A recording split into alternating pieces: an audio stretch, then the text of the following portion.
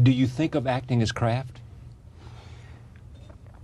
I think of it at its best as an instinctual craft. It is a craft. Certainly film acting is a craft, but for me the process was maybe a little too personal. And I think for that reason, you know, you tend to reach out to things that are a little less immediately accessible in terms of characters, or things that have a mask attached to them, because it's freeing. But it's only freeing within that craft and within that process. It's no more freeing in terms of growth of any kind, I don't think. Yeah. As an audience watching movies, it's always been important to have the most neutral idea about the person on the screen as possible, and that went away with me, and it became it started for myself. Taking me, I watch the screen. It takes me 10 minutes to get over the fact that it's not the character I first see. It's, well, who's he going to hit?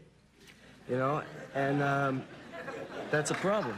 In other words, what you're saying, in other words, when an audience goes to see you because of all the stuff that's been in the press, they can't dismiss that for a while. In other words, they're seeing Sean Penn, the guy that is out there, as you said, paparazzi basher.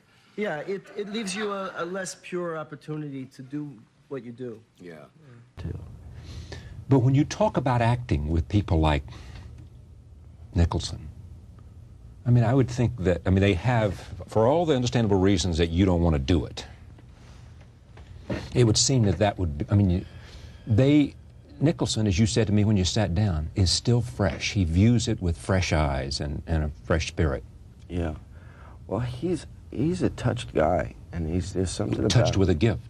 Touched with a gift, but touched with an incredible access and courage in his generosity.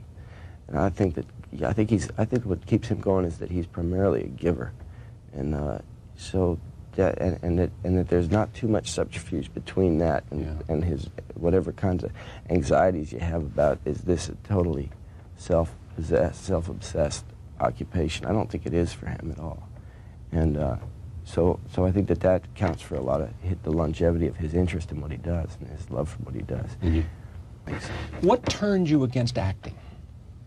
I think it was what we talked about with writing. You know, is it really? There were a lot of factors involved at the time where I went sour on it. But primarily it's got to do with being able to pick your material because you wrote it, and then direct it is one process. To be out there as an actor for hire, looking for things, the likelihood of coming across something that's going to be sort of harmonious with whatever it is that's part of your own search at that time, whatever you're trying to figure out, whatever your obstacles are at that time, and not take your mind off it, but actually enhance that bit of your journey. You can do writing and directing, whereas with acting you tend to go off of things experiential or observational, your own life, and then put them in a holding pattern and apply them to this piece of this idea. And so you come out a few months later and you've been in a bubble. And I tend to come out of those bubbles, and everything else in my life is falling apart. So this process. What do you mean everything else in your life falling apart? Well, I've neglected every other thought, and anything. No, I haven't let anything else in. Yeah. And whereas with this, it's a continuing process where you get on with your life while you're working. Yeah.